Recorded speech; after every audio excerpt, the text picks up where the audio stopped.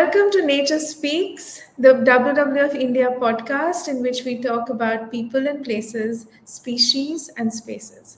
It is my great privilege today to invite Dr. Anupam Sharma. He is the team leader for the Brahmaputra landscape. He works in the northeast of India, an area that has been impacted by floods and climate change for the last many years, including this monsoon season. Might I invite Dr. Anupam Sharma, please? Hi, Neha. Good afternoon. Hey, welcome. Thank you for joining us. Thank So you. it's raining a lot in Delhi, and I understand it's raining a lot even in Assam. It has been a tough, difficult monsoon. It has been a flood as well, which happens every year. Tell us a little bit about the rains this year and the flood that has happened in July, and what the situation is like. Uh, you see, like previous years, we also had very good rains, in fact, and of course floods also, and in almost the entire the state. And there were actually this year flood, although it was not the worst kind of flood, but still almost 2.5 million people got affected. People in 30 districts of the state got affected, and around I think more than 50 flood-related deaths reported from the state during mostly during the month of July and early August. And so far as wildlife is concerned, yes, only in Kaziranga more than 100 animals actually, died, which also includes 6 or 7 rhinos. So yeah, although it's a part of our life for the people of Assam, it's devastating at times also. Yes. Do you think that because of climate change, because of more extreme sort of events, these things are getting worse through the year for Assam? Yeah, I think the observation is actually it is that only because of the we are increasingly having more and more extreme weather events. It may be long drought, it may be longer dry spells, or at the same time it is more rains in a shorter period of time. Right. Maybe over 2 days, heavy rains, so which actually causes floods and most importantly landslides actually. Right, right. The parts of Assam and of course all the hilly regions of northeast is actually suffering badly from landslide.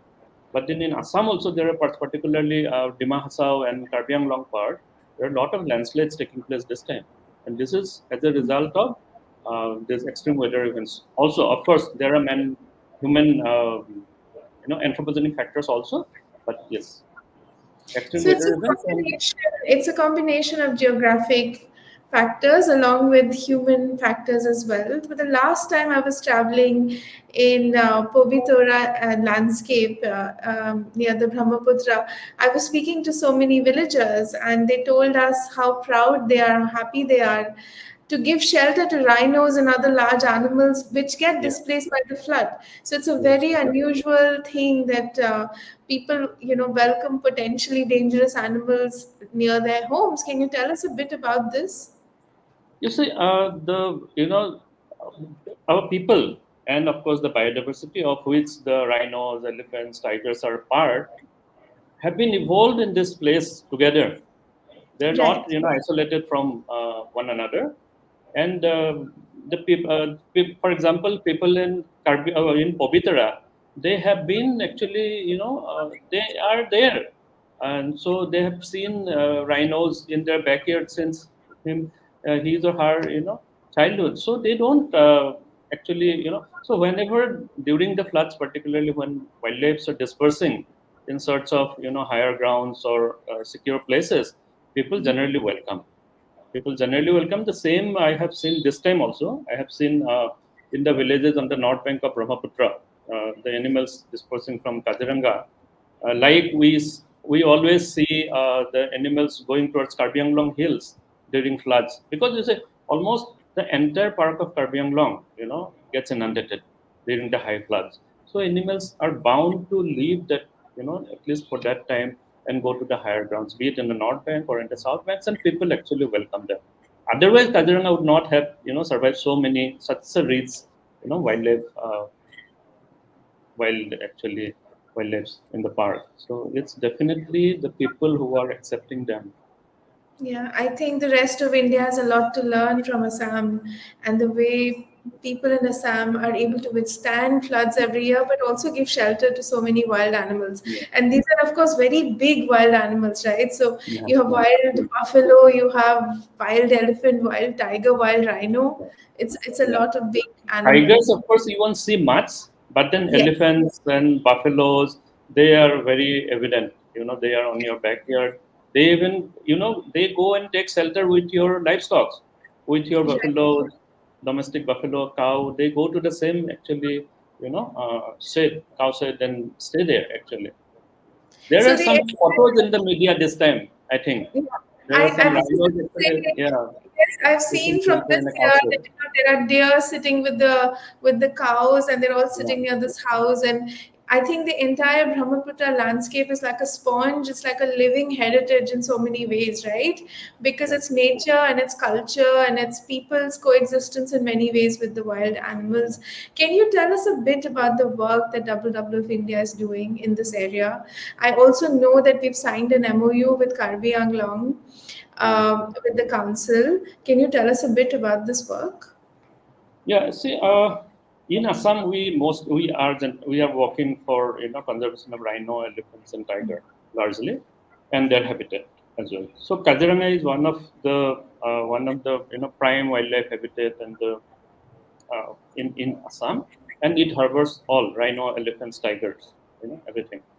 And I'm just taking the example of Kaziranga, and if you see, most of our protected areas are actually along the river Brahmaputra, be it Orang, be it Pabitra, be it Kaziranga, Dibru Soikwa. These are all along the river Brahmaputra. So whenever there is flood or whenever there is any extreme weather events, these are very vulnerable. You know, so wildlife as well as the people living around these areas, so they are equally vulnerable. Their life and livelihood entirely depends on the river Brahmaputra and its behavior. And so, whenever there is an extreme weather event, the impact is directly on them. And we have been working up with the park authority and, of course, the local community, and particularly for securing the life of the precious wildlife and the people also during the floods. One is, of course, flood has great impact on the dispersing animals. Yes. Particularly if they are dispersing towards Karbi Hills, there is a national highway which is a very sensitive area, and there are actually park authorities and the local communities take great care so that animals are secured on the road. Park authority and district administration, local people, they together, and all the conservation organizations, they come together and just to ensure that there is no roadkill on during that time. There are a lot of restrictions they impose, and similarly, whenever there are animals cross into the Karbi Anglong hills, nowadays for the last so many years, actually Karbi Anglong Forest Department and under the leadership of Karbi Anglong Autonomous Council, they have taken extreme steps to ensure that animals are safe. The local Right. people also there, joining hands with the Kaziranga Authority and the Karbi Anglong Council to ensure that the animals are safe and secure in Karbi Anglong. And when the water level recedes, the animals will come down to the park. And thirdly, even in the North Bank also, what we have seen is that there are animal dispersal in the North Bank. So what we try to do, particularly in the North Bank, is that ensure that animals are properly, the dispersing animals particularly, they are not getting killed, and if there any injury, then we try and provide medical help. Uh, we Right. set up temporary camps. We help the park authority with medicines and whatever support equipment required, and also mobilize the local communities. We organize, that time during the flood time, we organize um, programs to sensitize the local people what to do, what not to do during the flood time. So different kinds of very activities on the ground, and we just to try and ensure that the dispersing animals are safe, and at the same time people are also safe, because that time there are possibilities of sudden encounter with animals. Yes. Unfortunately, this time also there was an accident, so that just to avoid those kind of unwanted interactions, we try to aware people, how what to do and what not to do, and this is going to happen. Flood is there; it's a reality, and for us, it is how we can, we cope better with the floods with whatever knowledge we have, whatever equipment or whatever facilities we have. So I think in terms of the work that we've done for many years and we will continue to do for many years, Assam definitely is an example for how to deal with a natural sort of event every year. I know that people also are benefited by the flood in some ways, right? Because of the silt that is deposited, and it's part of their agricultural cycle. So it's wonderful to see that there could be ways to cope with something that's happening every year. Thank you so much for joining us, and thank you so much for your time. Thank you so much for listening and watching the WWF India podcast, Nature Speaks. You can catch more episodes of Nature Speaks on the WWF India YouTube channel. Keep watching, keep engaging.